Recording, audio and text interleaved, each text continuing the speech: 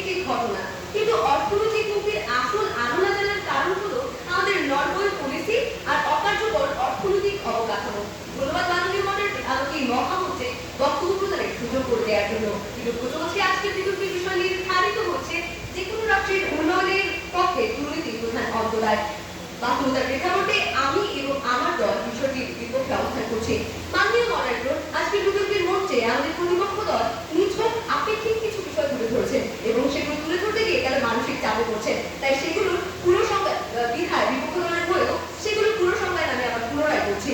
আমাদের দৃষ্টিতে অর্থনৈতিক মুক্তি মানে কেবল কিছু টাকার লেনদেন বা দুর্নীতির অনুপস্থিতি নয়। অর্থনৈতিক মুক্তি হলো এমন একটি আত্মনির্ভরশীল অবস্থা যেখানে দেশের প্রতিটি নাগরিকের মানসম্মত শিক্ষা, কর্মসংস্থান, সঠিক পরিকাঠামো এবং টেকসই অর্থনৈতিক নীতিতে সমান অধিকার ও সুযোগ নিশ্চিত হয়। মাননীয় মডারেটর, দুর্নীতি হলো স্বাধীন বা মৌলিক অর্থনৈতিক প্রতিবন্ধকতা নয়, এটি হলো একটি প্রশাসনিক ও সামাজিক উপসর্গ।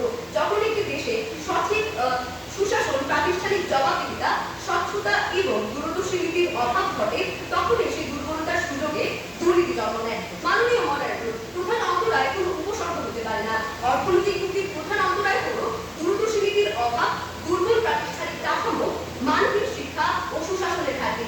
মাননীয় মডারেটর, একটি দেশের অর্থনীতি শক্তিশালী হয় যখন উৎপাদন বৃদ্ধি পায়, শিল্পায়ন হয়, কৃষি আধুনিক হয়, দক্ষ জনশক্তি গড়ে ওঠে, প্রযুক্তির উন্নয়ন ঘটে। মাননীয় মডারেটর, যদি কোনো দেশে দুর্নীতি নাও থাকে কিন্তু উৎপাদনশীলতা কম থাকে, তাহলে সেই দেশ অর্থনৈতিকভাবে সমৃদ্ধ হতে পারে না। মাননীয় মডারেটর, অতএব অর্থনৈতিক মুক্তির প্রধান শর্ত উৎপাদন ক্ষমতা, দুর্নীতি নিয়ন্ত্রণ তার একটি অংশ মাত্র। মাননীয় মডারেটর, একজন মানুষ যদি সৎ হন কিন্তু তার কোনো চাকরি না থাকে, কোনো আয়ের উৎস না থাকে, তাহলে তিনি অর্থনৈতিকভাবে মুক্ত নন। মাননীয় মডারেটর, বাংলাদেশের লাখো তরুণদের প্রধান সমস্যা হলো কর্মসংস্থানের সীমাবদ্ধতা, দক্ষতার ঘাটতি, আধুনিক প্রযুক্তিতে পিছিয়ে থাকা। অতএব মাননীয় মডারেটর, অর্থনৈতিক মুক্তির পক্ষে বেকারত্ব ও দক্ষতার অভাব দুর্নীতির চেয়েও বড় চ্যালেঞ্জ। মাননীয় মডারেটর, নোবেল বিজয়ী অর্থনীতিবিদ ডোগলাস নর্থ প্রমাণ করেছেন অর্থনৈতিক মুক্তির মূল ভিত্তি হলো শত্রু প্রাতিষ্ঠানিক কাঠামো। দুর্নীতি হলো কেবল সেই অকার্যকর কাঠামো, একটি উপদান বা উপসর্গ মাত্র।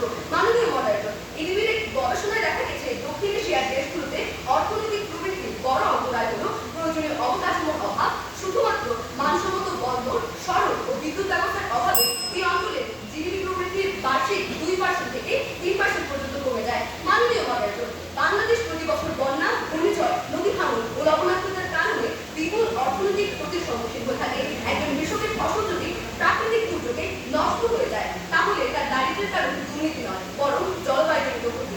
মাননীয় মডারেটর, আমার প্রতিপক্ষ দল দুর্নীতির মূল বলতে পারে যে দুর্নীতি হচ্ছে মূল রোগ। তার ক্যান্সারের রোগীকে যদি শুধু তার গায়ে ফুসকুড়ির মলম কিনে দেন, রোগী সুস্থ হবে তো? মাননীয় মডারেটর, তাছাড়া প্রতিপক্ষ দল এটাও বলতে পারে যে দুর্নীতি দূর হওয়ায় অর্থনৈতিক মুক্তির প্রধান শর্ত। তাহলে বিগত 30 বছরে চীনের মতো একটি দেশ যা দুর্নীতির সুযোগে কোনোদিনই শীর্ষ ছিল না, তারা কিভাবে 80 কোটি মানুষকে দারিদ্র্যমুক্ত করে দেশের দ্বিতীয় বৃহত্তম অর্থনীতি হলো? এটা কি কোনো জাদু ছিল? আর যদি জাদু হয়ে থাকে তাহলে জাদুটা ছিল। প্রশ্ন রইল আমার প্রতিপক্ষ দলের কাছে। মাননীয় মডারেটর, এখন বিতর্কের শেষ পর্যায়ে এসে আমি এটাই বলবো যে দুর্নীতি কোনো মূল রোগ নয়, ভুল নীতি ও দুর্বল শাসনের একটি উপসর্গ মাত্র।